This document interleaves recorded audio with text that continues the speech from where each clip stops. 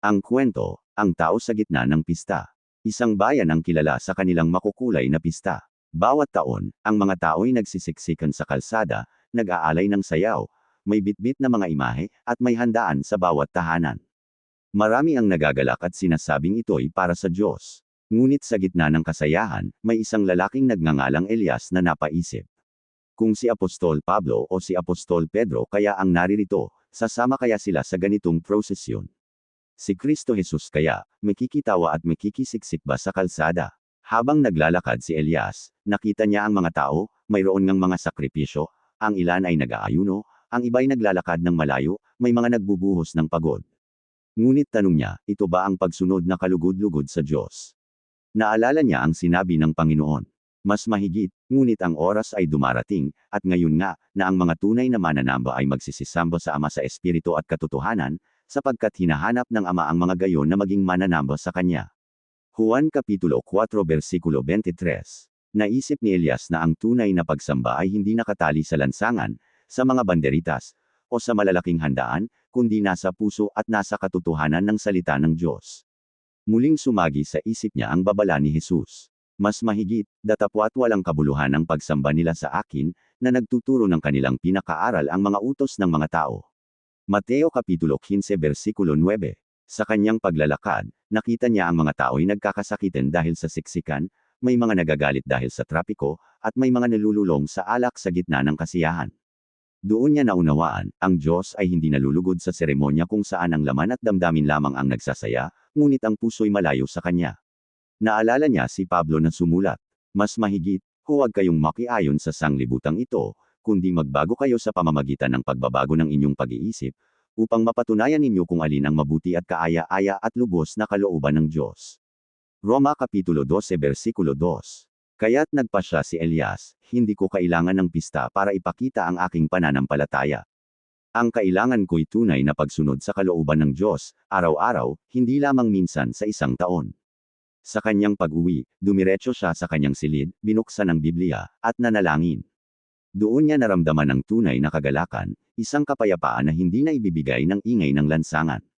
Aral. Ang tunay na pagsamba sa Diyos ay hindi nakikita sa mga tradisyon, fiesta, o prosesyon na gawa ng tao.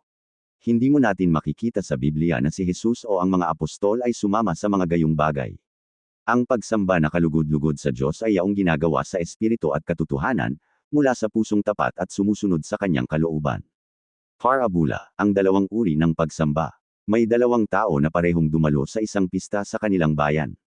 Ang una, si Tomas, ay nakisiksik sa prosesyon, sumayaw sa lansangan, at nag-alay ng maraming pagkain. Sa kanyang puso, iniisip niyang sapat na ang kanyang sakripisyo para mapalapit sa Diyos.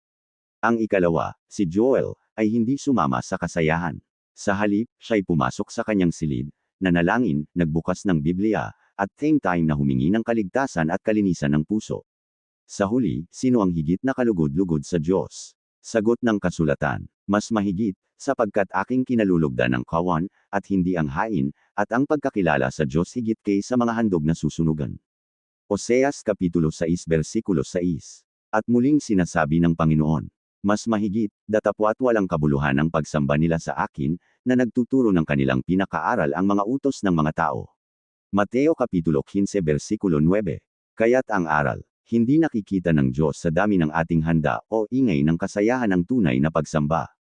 Ang hinahanap niya ay pusong sumusunod sa kanyang kalooban at sumasamba sa espiritu at katotohanan, Juan Kapitulo 4 versikulo 23. Buod ng aral, ang pista at prosesyon ay maaaring magbigay ng kasayahan sa mata ng tao, ngunit ang tunay na pagsamba ay yaong tahimik, tapat, at nakaugat sa salita ng Diyos. Ang inyong mga narinig sa kwentong ito ay nagsasaad lamang na may mga bagay na sakripisyo. Subalit hindi nakalulugod sa Panginoon, isipin natin mga kaibigan at mga kapatid, ang mga bagay na ito ay tawang katuruan lamang ng mga tao. Subalit ang kalooban ng Diyos nga ba ang nabibigyan natin ng pagsunod na isipan natin sa mga kwentong ito na nagkakaroon? Po tayo ng tamang kaalaman na kung saan hindi pala kalooban ng Diyos kundi huwag kusalungat sa paningin ng Panginoon ang mga pagsunod na ganitong pamamaraan.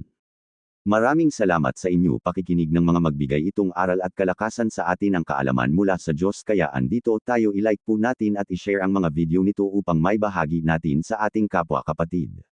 Ganyan ang tinatawag na ugnayan, relasyon at sa kapwa. Sa mga nais ma-shoutout, mag-comment lang po dyan sa baba. Maraming salamat. Maraming salamat, pagpalain po kayo ng Panginoon Hesukristo. God bless you all.